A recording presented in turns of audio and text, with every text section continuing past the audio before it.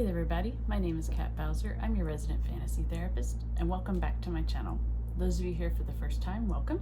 My name is Kat Bowser. I'm a licensed therapist.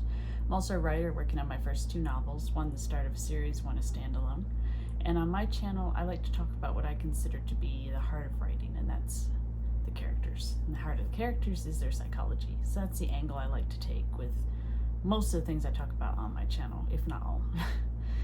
So today, in the United States, this weekend is Father's Day, so I wanted to do some videos on fathers in fiction of various types.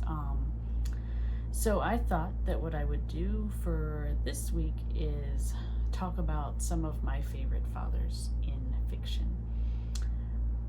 One thing I've noticed is that there's not a lot of parents in fiction. I do think that is changing, luckily, but so what I've done is pulled from some of my favorite examples. So there's going to be comics, movies, cartoons, books, all that kind of stuff in here. And those of you who have known my channel well know that I tend to lean towards animation more than live action. That's just my taste.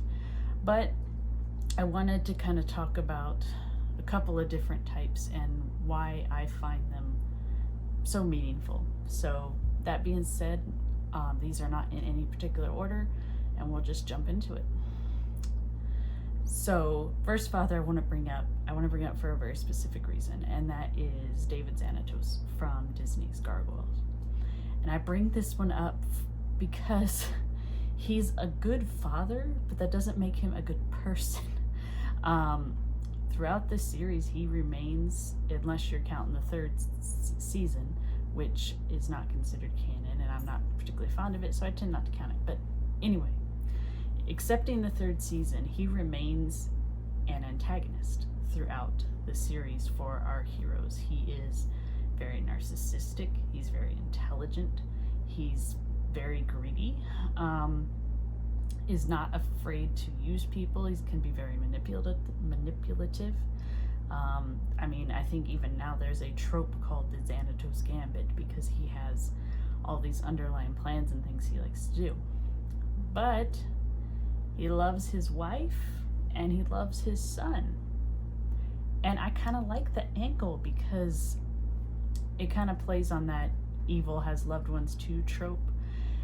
And I think that makes for a more interesting villain and antagonist, is one where you know they're capable of doing these horrible things. You've seen them do these horrible things, but they have certain individuals that they care about and they genuinely don't want to see hurt.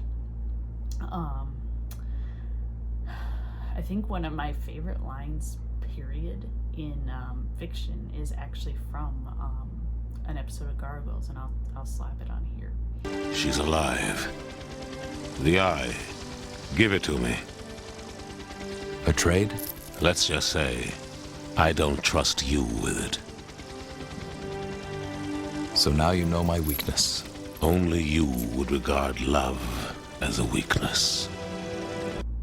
And I think Xanatos kind of keeps this mindset for the most part, that those he loves, regardless of how he's come to love them, they are a weakness for him, so he is very protective of them. And I think that's a fun angle to take that I don't see done very often. Tiana's father from The Princess and the Frog, we don't see very much of him. He very much is involved in the plot just because of Tiana's fond memories of him and the little bit we see in the beginning. But the main thing I like about him is that he's openly affectionate. He's very loving. He likes to tease and play with her. He's loving to his wife.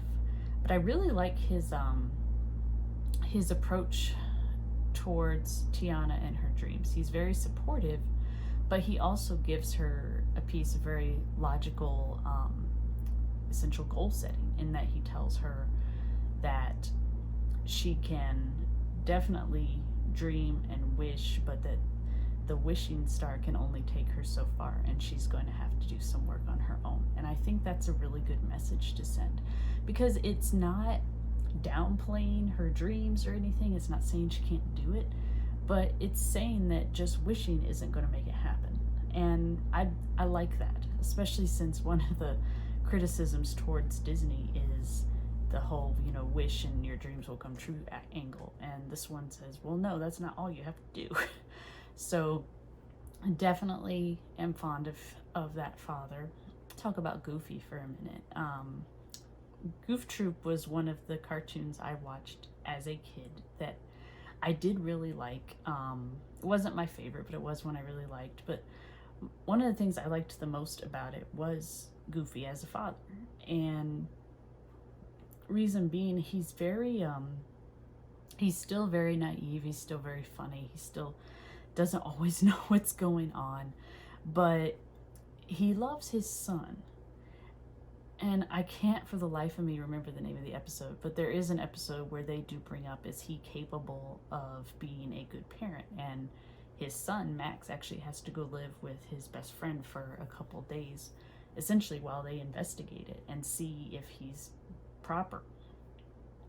And the way that he acts and the way Max acts when they're separated it breaks my heart. It really does.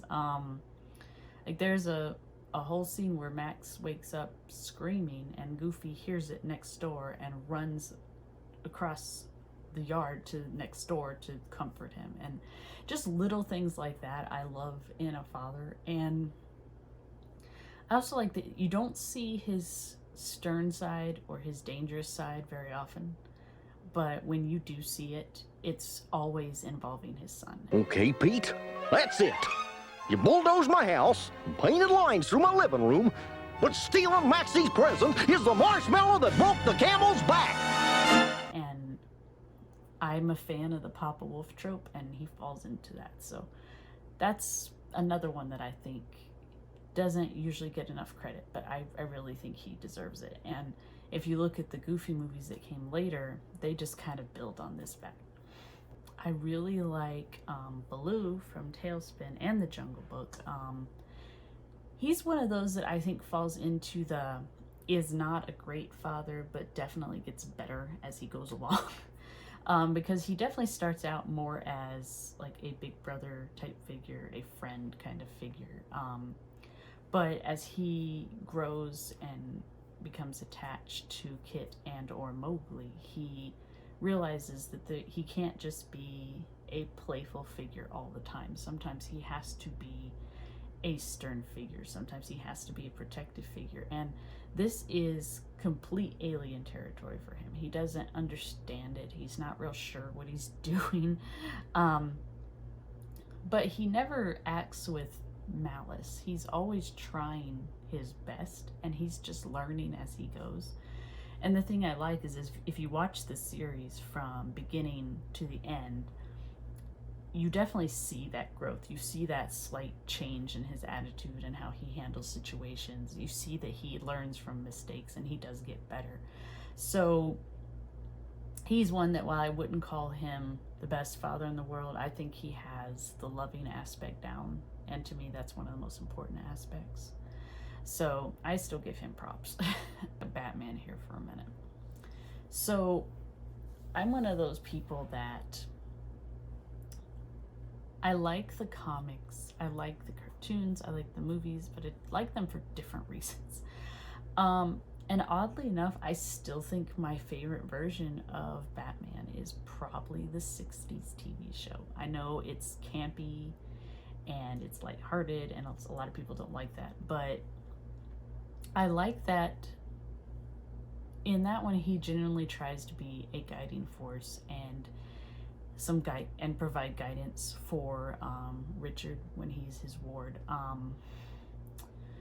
And in some of the other cartoons, like there was one, The Batman, where he acknowledges that the kind of life he leads is not the best for raising a child, and Robin's response is to essentially say, well, if Bruce Wayne can't do it, then I guess Batman's going to have to.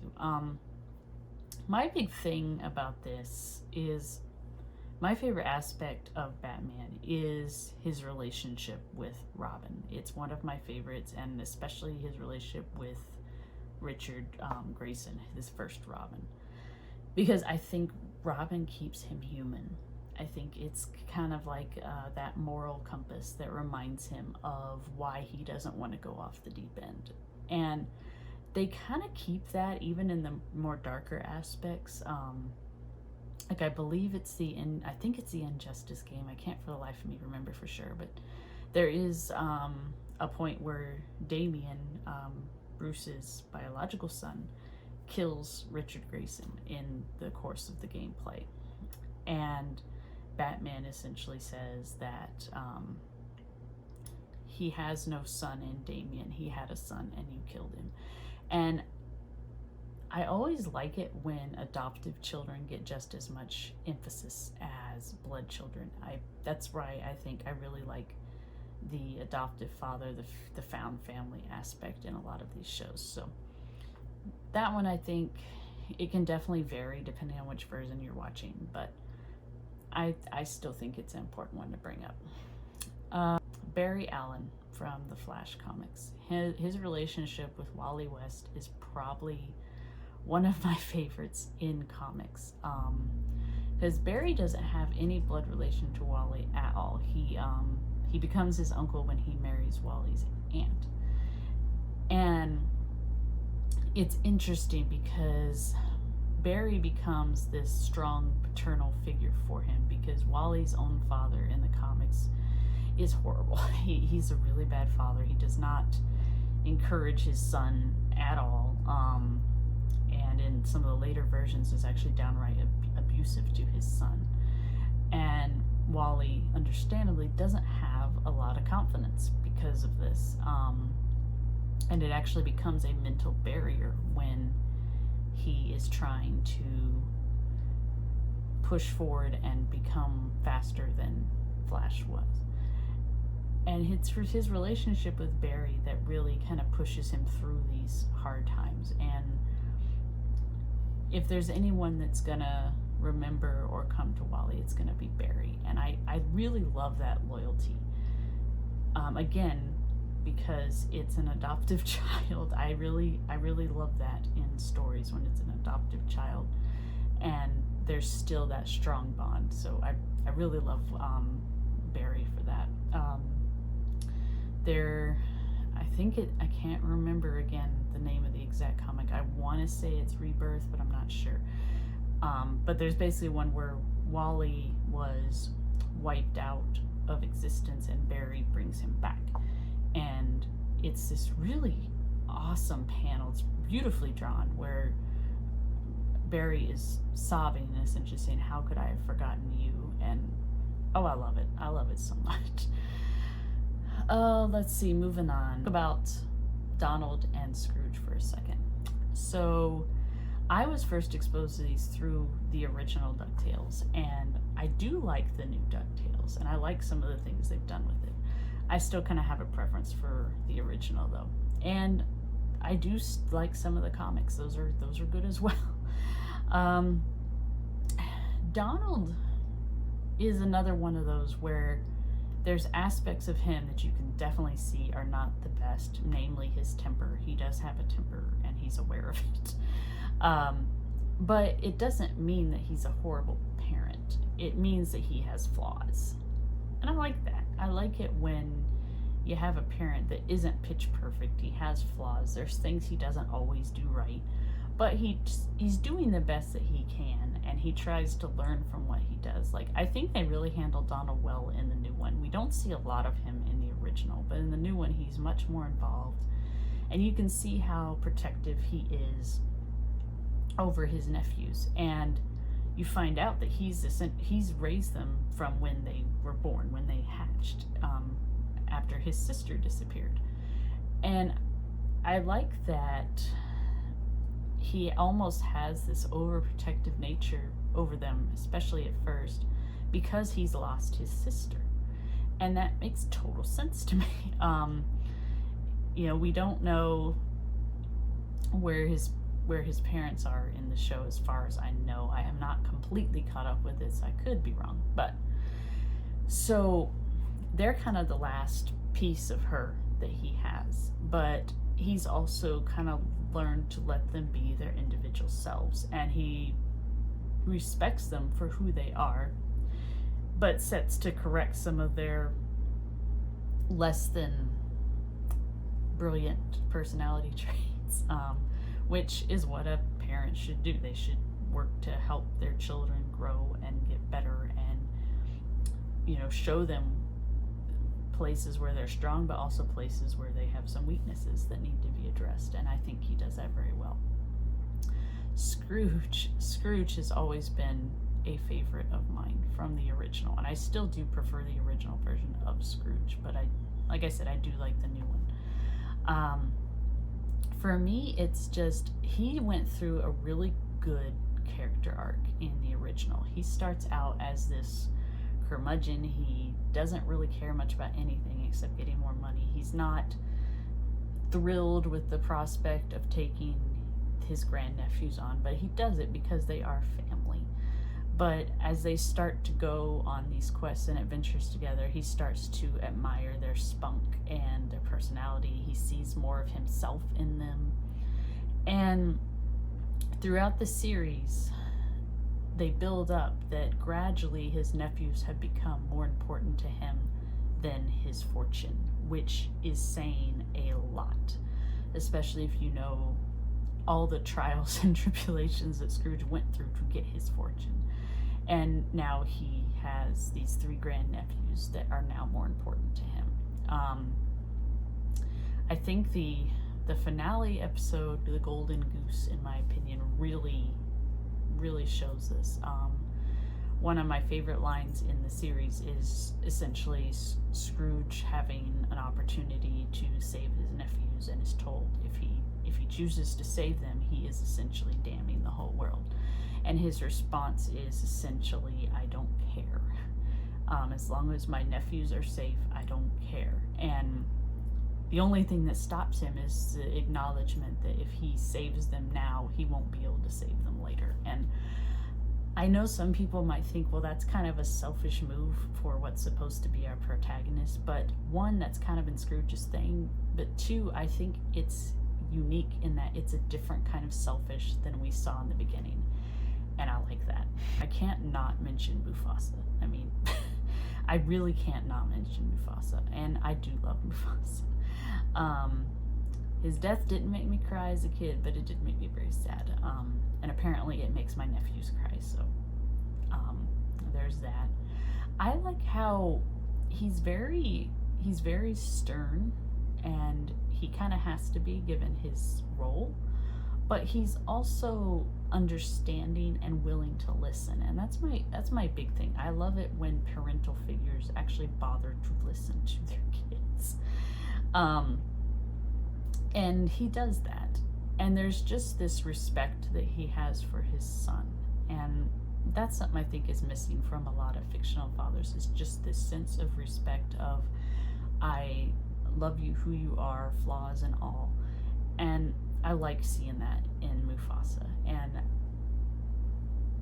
you can see that even years later when Simba sees his spirit, they still have this connection that Simba wants so badly to please his father and to earn his respect, but he really doesn't have to. He already has that. And I like that angle. Like I said, this is one of those where, like, we get very small pieces in the beginning, but I think the pieces we get with them are very important because it shows us they have strong communication. It shows us that Simba has respect for him. It shows us that Mufasa is protective, but he's not smothering, which I think is a good distinction to make. And I don't know, I just love Mufasa. Okay, last one, because I don't want this to drag on too long, because while I don't see a lot of good father figures in books, apparently they're more in the movies and in the TV shows, which I'm grateful for. But I have to bring this one up, and I realize this is going to be a controversial pick, but I do not care. I think Goku from Dragon Ball Z is a good father. If you've been in the fandom, or even are slightly aware of the fandom, there is this ongoing joke that he's a terrible father, he's a horrible father. I don't think so.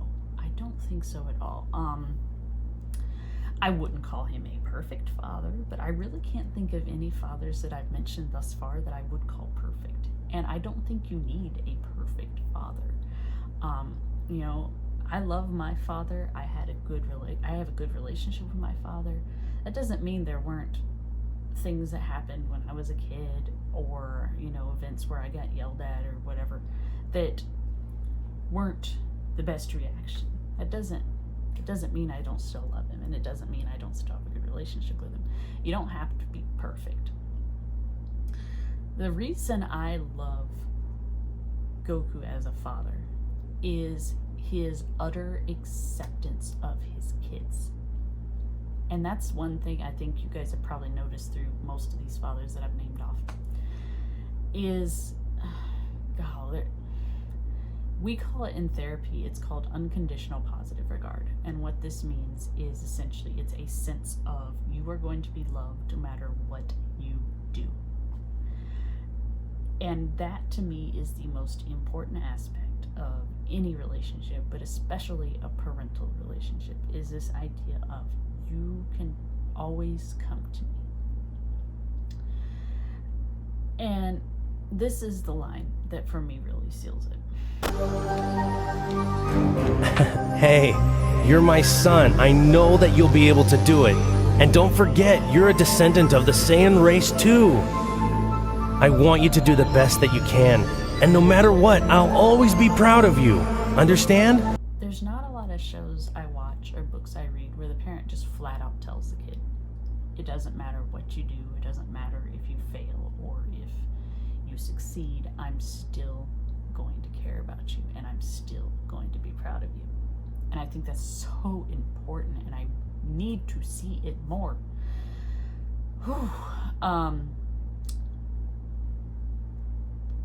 And I've already talked about, kind of like in my other videos, things that Goku does that I really love. Like, I love the fact that when his kid is getting attacked or nearly killed, Goku decides that him being dead does not matter. He's gonna go back and help him anyway. My thing too is that he is usually talking about, especially with Gohan, he praises Gohan's efforts, but not necessarily the end product. And I think that is really important, because when you just are giving praise to the end product, it can produce a sense of perfectionism of,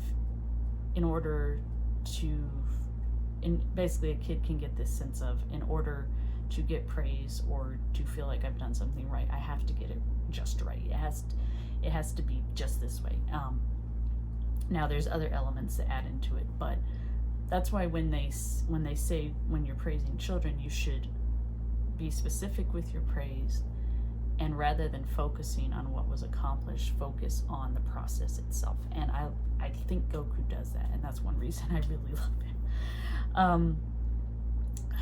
So those are kind of things that I like to see in father figures. And like I said, as you guys have probably noticed, I think I brought up two characters from comics, and I think everybody else was movies or TV shows, because I don't see a lot of really good fathers in fiction, in books. Not necessarily at all, but I don't see as many of them. Mothers too, but I think just parents in general in books. And so I'd really like to see more of them, because I do think they are very important figures. I think they're definitely worth putting more focus on. And I love family relationships in books. If your book has a strong family relationship in it, chances are I'm going to be attracted to it. So those are just some of my favorites. I obviously did not list all of them, but these are the main ones that came to mind, and I tried to vary them a little bit as much as I could.